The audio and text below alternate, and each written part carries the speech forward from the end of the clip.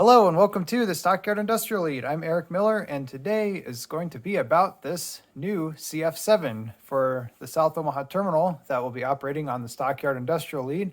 We're going to be taking a detailed look at the insides of it, and then we're going to give it a little bit of running here on the layout, do some test running, and I'll show you exactly how it works. So thanks for joining me, and come along. Okay. So I've got the shell cracked off here so we can take a look at the insides of this. Now, this started out as a basic Athearn Ready-to-Roll CF7. It was painted in the BNSF paint scheme. I had a really hard time finding these. I think this was the latest release that Athearn did.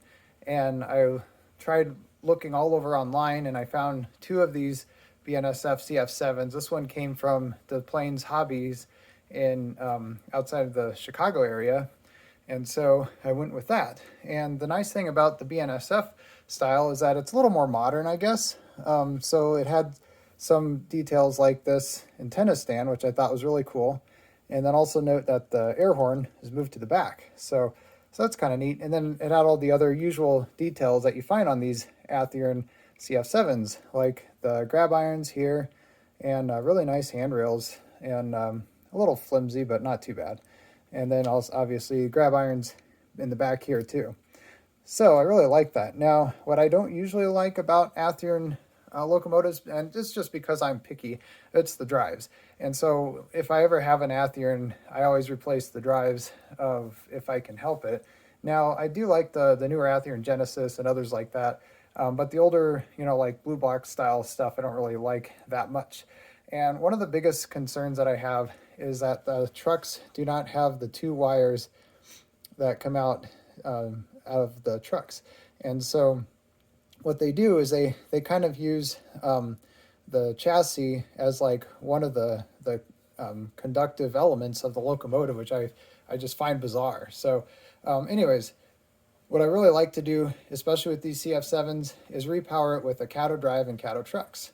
And the best way to do it is to get an old Stewart F unit. And so I used a Stewart New York Central F7. And what's really cool about the CF7s is you don't have to modify the chassis at all. It literally drops right in. I've done a number of Kato repowerings in the past, like Proto 2000 Jeeps, for example. My front range products, Jeep 9, is a Kato rebuild or repower. And I've done others like Athearn Jeep 38s. Usually what you need to do is mill out the chassis a little bit to accept the slightly longer Kato motor here. But with the CF7, you don't have to do anything at all. So it's really easy. So that was one of the reasons I wanted to do a CF7. The temptation was too great. Now I've done two CF7s in the past, and regrettably I've sold those. So hopefully I'm just going to stick with this one and not change my mind. One of the easiest ways to tell that if it is a Kato, because sometimes the Stewart F units will have their own drive in trucks, but the Kato, you will see that it says, this is upside down, but Kato made in Japan. So on the trucks, that's one of the easiest ways. If you're buying it on an eBay auction, you should be able to see that part at least. So that's what I did. And then the other things that I did on this one, I really like SoundTraxx decoders. Part of the reason is because I live in the Denver area. SoundTraxx is in Durango, Colorado, which is just over the mountains west of me. So they're really, really cool to deal with. I've had some of these decoders repaired in the past, largely because as I was just getting into sound decoders like 5 to 10 years ago, didn't know what I was doing and destroyed some. But they've been really good to work with on repairs, and they're super fast. Their service is excellent. So I really like SoundTraxx decoders. So this is a Tsunami2, and it's called a PNP, which basically stands for plug and play. And so that's because you just you usually literally plug it in and play. Basically what I did here is screwed it into the Kato motor, which it fits nicely there. And then notice the Kato wires coming out of the trucks will just fit right on these tabs. And then you've got tabs for your lights, tabs for the motor here, which I always put some wires on these Kato copper strands coming out, and then make sure I solder everything together. And then I've got tabs for the speaker, and then also the plug for the current keeper. Let me re-rail this one real quick. I don't know why that happened? Okay. For this one, I tried the new SoundTraxx Current Keeper 2, which is a little bit smaller. I probably could have went with the original Current Keeper up in the same area, but I thought since I'm working with a smaller locomotive, I want to try that. So notice I glued that up in here. This is basically uses a plumber's adhesive, and so I use that because it's real easy to pull things out. And I did the same. I put the speaker up in the cab, so that way there's room there, and then it's facing down, so it can just basically go through the trucks and then kind of amplify off the tracks on the layout. That's one of the things that I like to do. The other thing I did with the lights, these are LED lights, and it's really hard to see, but I basically have the resistors here, the lights go up here, and on the LED, what I do is I use this product called Stretch Magic, which is kind of like basically a kid's like jewelry for wrists type of product, but it fits perfectly into these lights. And so I just kind of, it basically creates kind of like a fiber optic effect where the LED light shines through these tubes, and then it comes out here. And then after this dries, I just clip it to fit the outside there. So those are basically the modifications I did to the CF7. Again, Kato trucks, Kato drive, SoundTraxx Tsunami2 decoder with the SoundTraxx Current Keeper 2, and this is I believe it's a SoundTraxx Sugar Cube speaker. I can't remember if it's that or if it's one. This came from another locomotive that I ended up selling. It might also be, sometimes I order from Streamline Backshop, so it might be one of their Sugar Cubes speakers. I can't remember, and then LED lights. So that's the exterior of it. Now, before I snap the shell back on, let's give it a little quick run here, see how the sound sounds. I'll flip the layout on.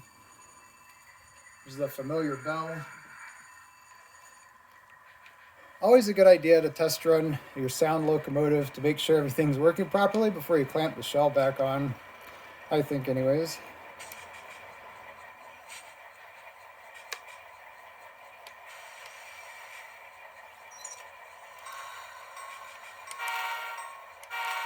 Alright, so I'm using the proto throttle here that I just got back. I had an issue, you might remember from videos in the past, I was saying that my proto throttle wasn't working. It was because the air horn, this little plastic piece in here where the air horn swivels on, the handle, broke in there. So I sent it back and they repaired it for free, so that was great.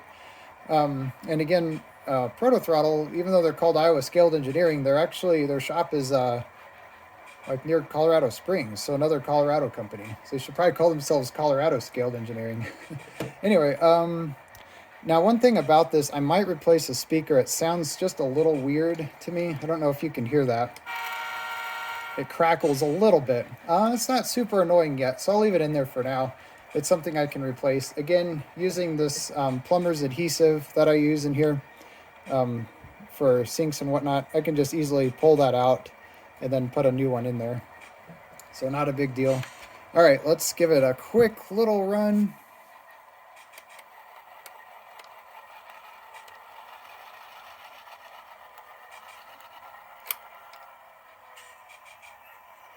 There, sounds and looks pretty good.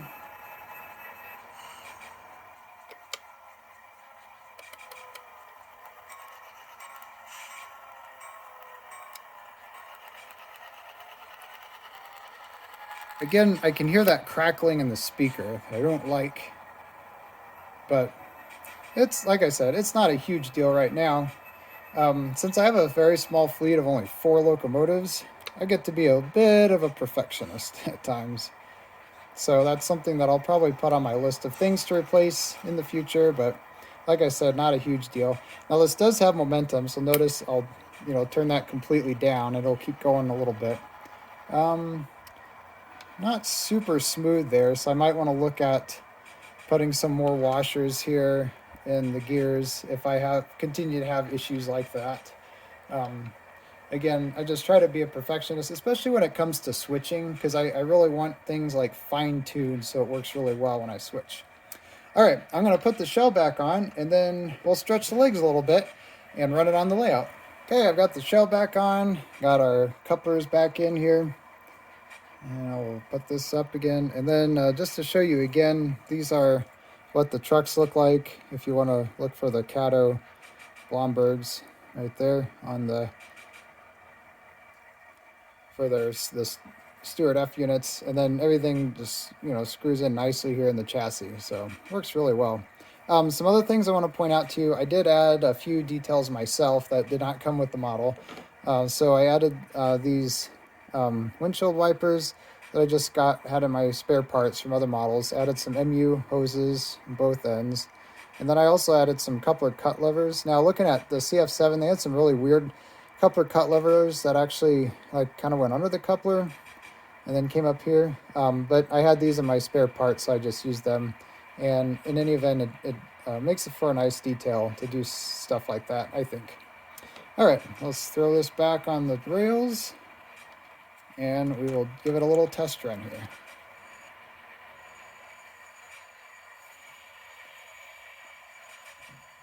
We're going to back up to the yard and grab a train that I've already set out for it.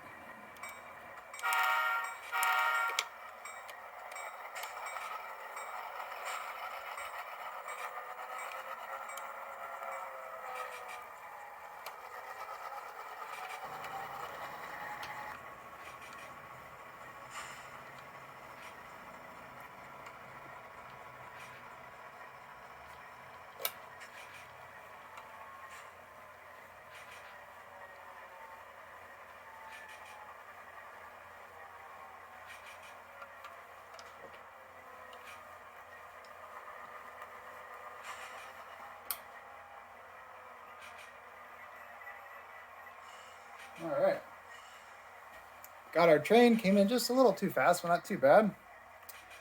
Now we'll go ahead and check the joints. Stretch it a little bit. Looks good.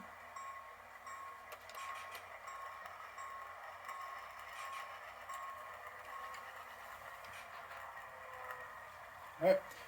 So yeah, I can still hear the crackling a little bit on the speaker. I don't know if you can pick that up at all or not, but getting a little annoying for me. So it's something that, like I said, I'll fix sometime. At least it runs for now.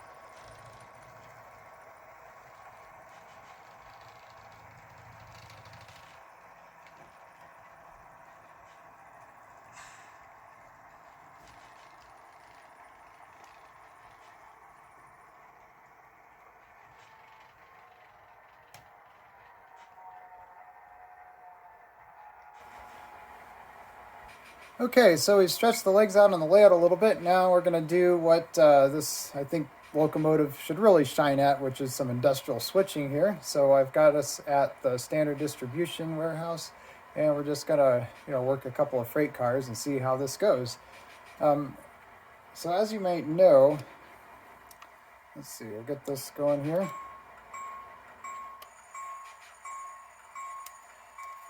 So I have the GP9 South Omaha Terminal locomotive in addition to this one. So my plan is I'll use both kind of alternatively as like the main locomotives for the Stockyard Industrial Lead. And then my backups are that SPSF Super 7 and also the Alco C415 from Railcar America. Since the SPSF and Railcar America are joint owners of the South Omaha Terminal and which operates here on the Stockyard Industrial Lead. Those will be our two backups. All right, so I don't know, I'm just gonna do some switching here. Let's see. There we go. Grab that car.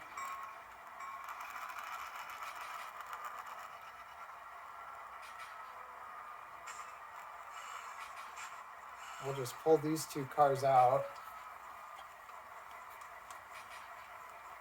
Maybe we'll pull these two cars out, set them on this track, and then go back in and pull a couple other cars out.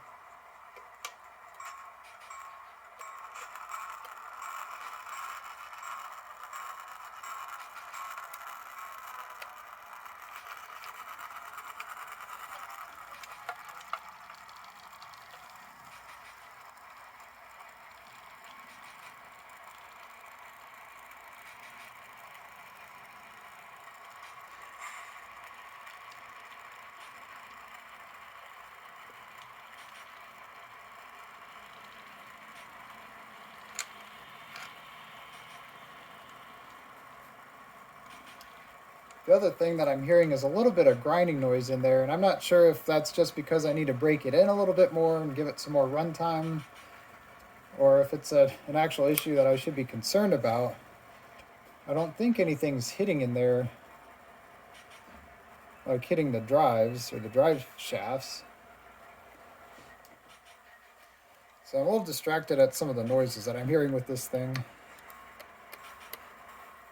Now the speaker, I've had hit and miss experiences with these sugar cubes. I've had some that, like I've had with the factory volume set on the sound decoder, it'll kind of blow out some of the speaker and then it won't work as well. I've had that happen before, and so I don't know. I might go with like that Alco C415 has an old iPhone speaker in it, so I might maybe try for something like that, something really small that works really well. A funny story, I accidentally stripped the paint off the locomotive that speaker was in, so it had a nice isopropyl alcohol bath, but it still works. As opposed to these sugar cube speakers, like I said, I've really had hit and miss experience with them, so it seems to be getting worse.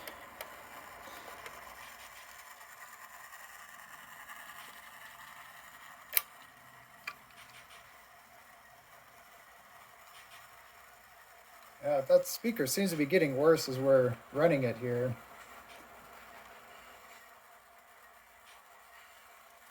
But the main thing is, with this demonstration here, is the motor seems to be working pretty well. The sound, not so much. And the grinding could also be that I just need to add some more washers there in the gearing with that might help too.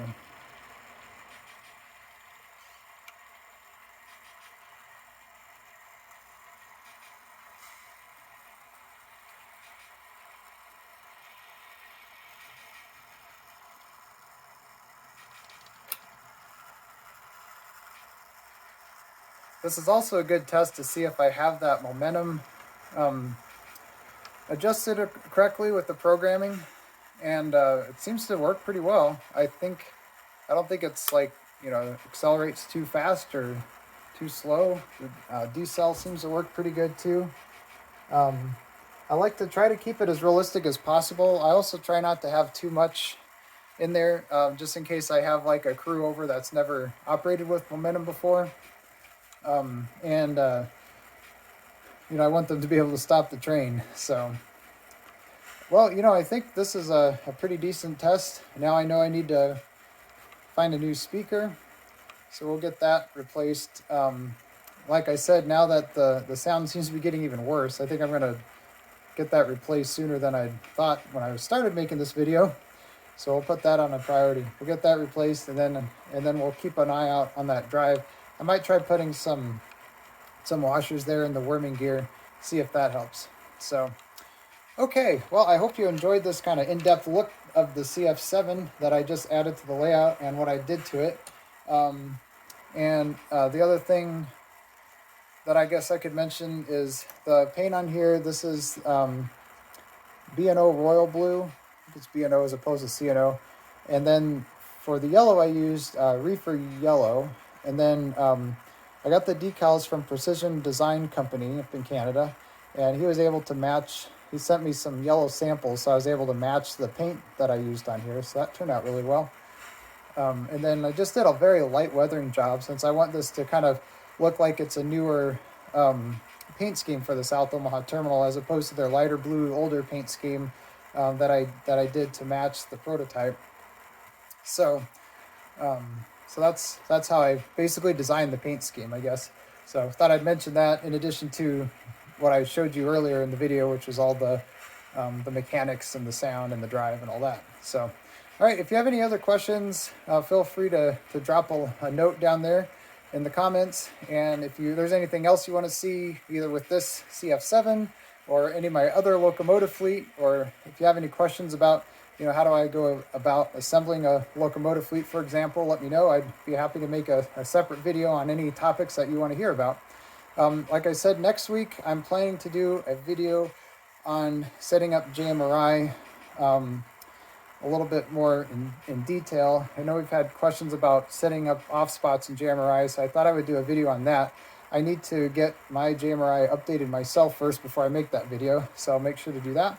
And then also in the future, I'll be doing a kind of end of the year / beginning of the year layout update. So that's what you got to look forward to. Okay, thanks again for joining me this week on the Stockyard Industrial Lead. Thank you for watching, and I will see you next week.